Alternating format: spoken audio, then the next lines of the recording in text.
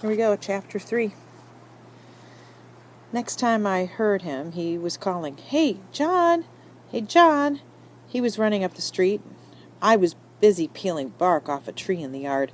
I glared at him. "Who says my name is John?" He came up to me huffing, button going in and out. "Your sister.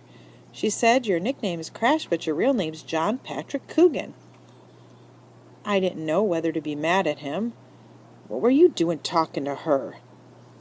"Yesterday I was looking for you, and I saw her out front here. She didn't know where you were." "I was out on business," I said. He never seemed to turn off the goofy grin. It was starting to bug me more than the button. "You want to know my name?" I told him. "You check with me." "Okay," he said, still grinning. "Can I call you Crash?" Any other time, to any other person, I'd have said yes. But even that felt like too much to give him, so I said, "No." He blinked. "No? That's what I said." He shrugged. "So, what can I call you?" "Call me Horsemeat." He blinked some more. His Crash is really, really grumpy, isn't he? I was almost starting to enjoy this kid. Like I was the cat and he was my mouse. And he started to say something and I poked him in the chest. "You call me that and I'll cut your hair off." I held up the kitchen knife that I was peeling the tree with. I had him so bamboozled he didn't know which way was up. I was practically choking, trying not to laugh. "So," I said, "why were you looking for me?" His old beaming face came back. "I wanted to ask you if you would like to come to dinner at my house." The only word I could think of was, "Why?" "Because you're my first friend in Pennsylvania." "Well, we do that all the time in North Dakota. We have our friends over for dinner. Don't you do that here?" "We do what we want," I said. I was stalling for time. The last thing I needed was to have dinner with his family of this family of ham bones, and I didn't like him calling me friend. On the other hand, I was kind of curious to get an inside look at the boss dorks in the garage that thought it was a house. But if I did go, I'd have to make him pay for it. "Maybe I'll come," I said, "but only if you beat me to the drawer." Only if you beat me to the draw." "The draw?" he said. "Yeah, water pistols. Wait here." I ran to my room. I got 2 water guns, and I loaded them at the bathroom sink, and I brought them out. I gave him one. "Here's yours. Stick it in your pocket like this. We stand 5 steps apart, and at the count of 3, draw and fire. You got it?" He didn't say anything for a long time.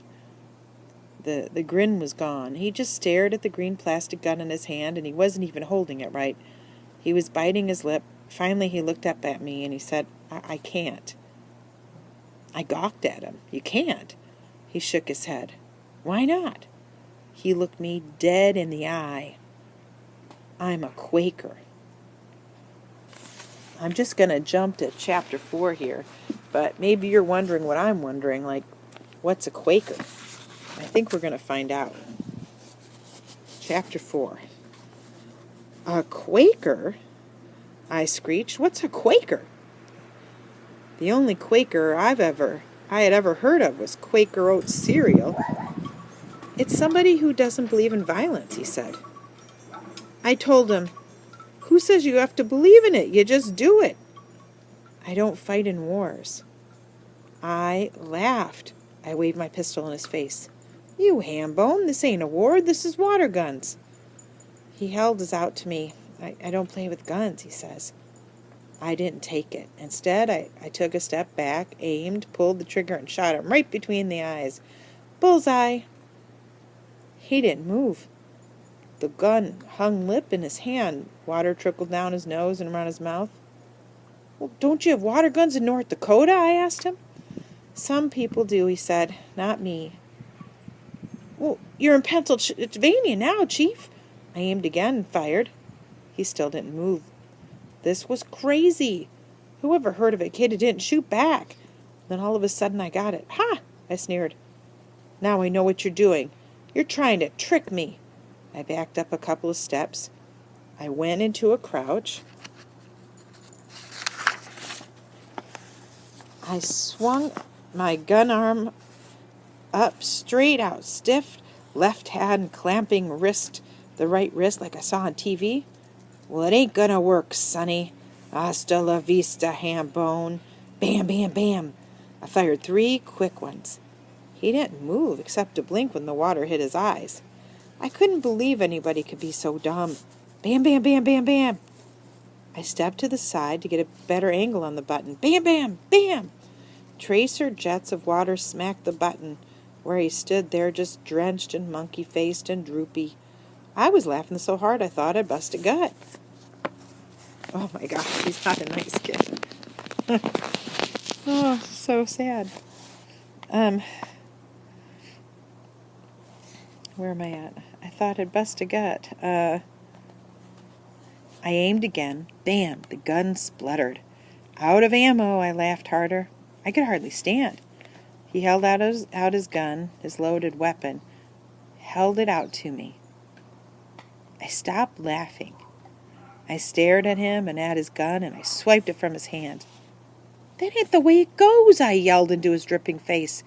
You're supposed to shoot it back. You're supposed to. I turned the gun on my own face, pulled the trigger. See? I fired again. Is that too hard for you? I wound up and whipped his gun over the roof of our house and into the backyard. Dumb cough. I slammed my own gun to the ground, and I stomped and stomped on it till it was green plastic splinters, and I stormed up to the garage and over the flower garden out to the street and back to him. I took a deep breath. I got up in his face. I stared, and I dared him to blink first. I just wanted to hate him. I wanted to stay mad. But I was having problems. Okay, I said. I backed off. Okay, I'll give you one more chance to get me to dinner. If you beat me in wrestling. Are you Quakers allowed to wrestle? He sniffed, he licked his lips, and he punched a drop of water from the end of his nose. Sure. He smiled. Sure. We went to the grass. We wrestled. I pinned him in about 2 seconds. Okay, I said, one last chance. Hit the telephone pole. 10 stones.